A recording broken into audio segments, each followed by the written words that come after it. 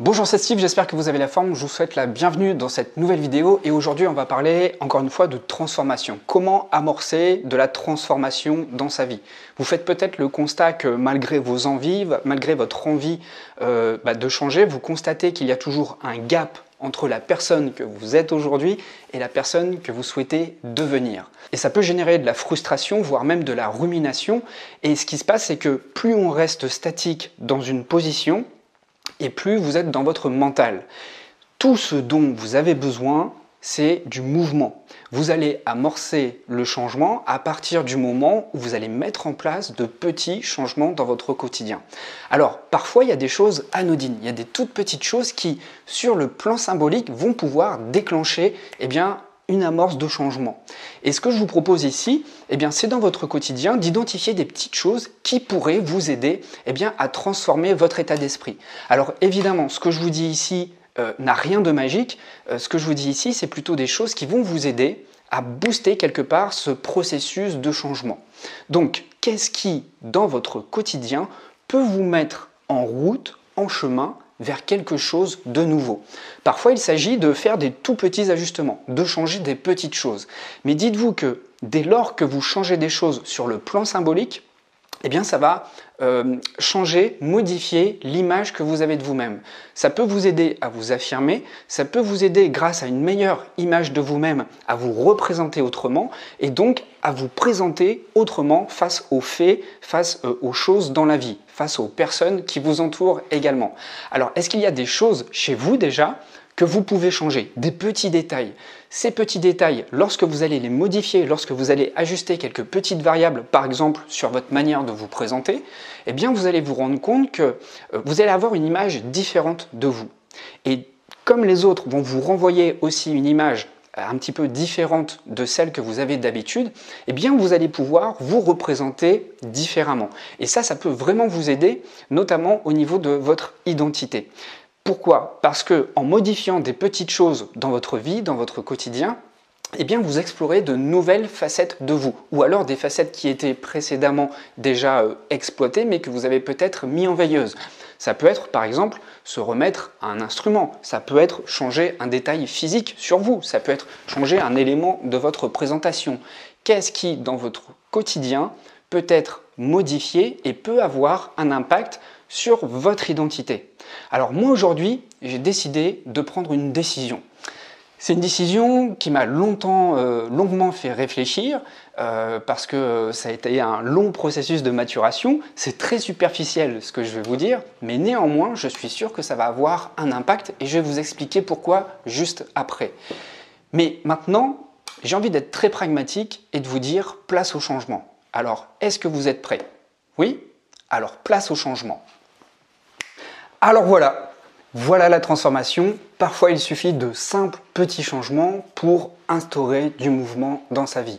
Quand je dis mouvement, c'est instaurer une nouvelle dynamique en variant sur des petites variables, telles que l'apparence.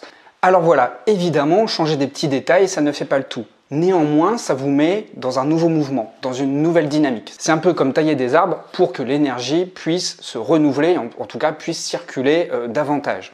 Alors, ce qu'il est important vraiment de comprendre dans ce processus de changement, donc quelles que soient les choses que vous souhaitez changer dans votre vie, le plus important, ce n'est pas vraiment de s'attacher aux causes d'un problème. Il y a peut-être des choses dans votre vie qui bloquent et vous observez peut-être une sorte de statu quo, des choses qui freinent. Le piège, c'est vraiment de se focuser sur les causes du problème.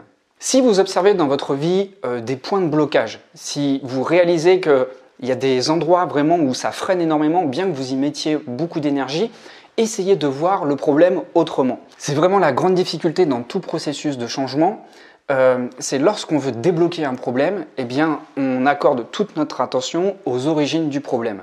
Mais lorsqu'on dépense une grande énergie à vraiment comprendre l'origine du problème, les causes du problème, finalement, ça ne résout pas le problème.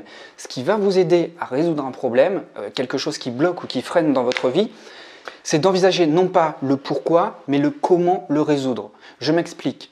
À travers le comment, on va essayer d'envisager de nouvelles alternatives. Ces nouvelles alternatives vous amènent à puiser de nouvelles ressources en vous et à être beaucoup plus créatif. La résolution d'un problème suscite de la créativité en nous. Mais lorsque on est attaché aux causes du problème, on n'arrive pas à s'en extraire. La seule manière de pouvoir transformer quelque chose et faire bouger quelque chose, c'est de s'extraire du problème, de l'envisager dans sa globalité et d'essayer de mettre en œuvre de nouvelles alternatives pour résoudre celui-ci. Alors il y a peut-être des choses que vous souhaitez changer dans votre vie, il y a peut-être des choses que vous souhaitez transformer, il y a peut-être des choses qui vous énervent et qui bloquent. Alors justement, je viens de mettre en place un nouveau programme. Ce nouveau programme, je l'ai intitulé Opération Transformation.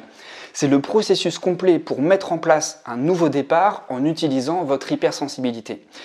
Ce que je veux vous faire comprendre ici, c'est que dans cette méthode, il ne va pas y avoir vraiment d'exercice, d'application. Ça ne va pas être vraiment des choses très théoriques. Mais au contraire, ça va être une vue d'esprit. Apprendre à prendre de la distance par rapport au problème, mais aussi par rapport à sa propre identité. Ce qui va donc nous amener à nous détacher de nos pensées, de nos émotions et de nos souffrances. C'est la meilleure manière, en tout cas, de s'envisager autrement. Et comme je viens de vous le dire précédemment, s'il y a quelque chose qui bloque dans votre vie, la meilleure manière, c'est de s'extraire de ce système pour pouvoir l'envisager dans sa globalité et puis mettre en œuvre de nouvelles alternatives. C'est tout ce que vous propose cette formation.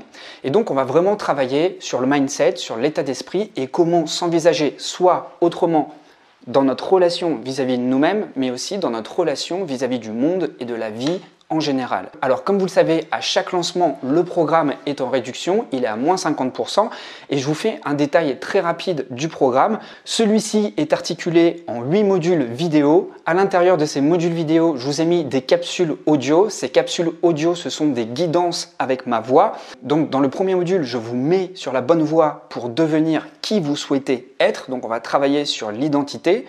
Dans le deuxième module, on va apprendre à être à l'aise avec soi-même et c'est là qu'intervient, en plus du module vidéo, un audio qui vient accompagner et appuyer à travers un exercice de guidage qui s'appelle l'arbre de vie. Dans le troisième module, nous allons apprendre à faire vraiment connaissance avec notre corps et créer une réelle connexion avec notre corps.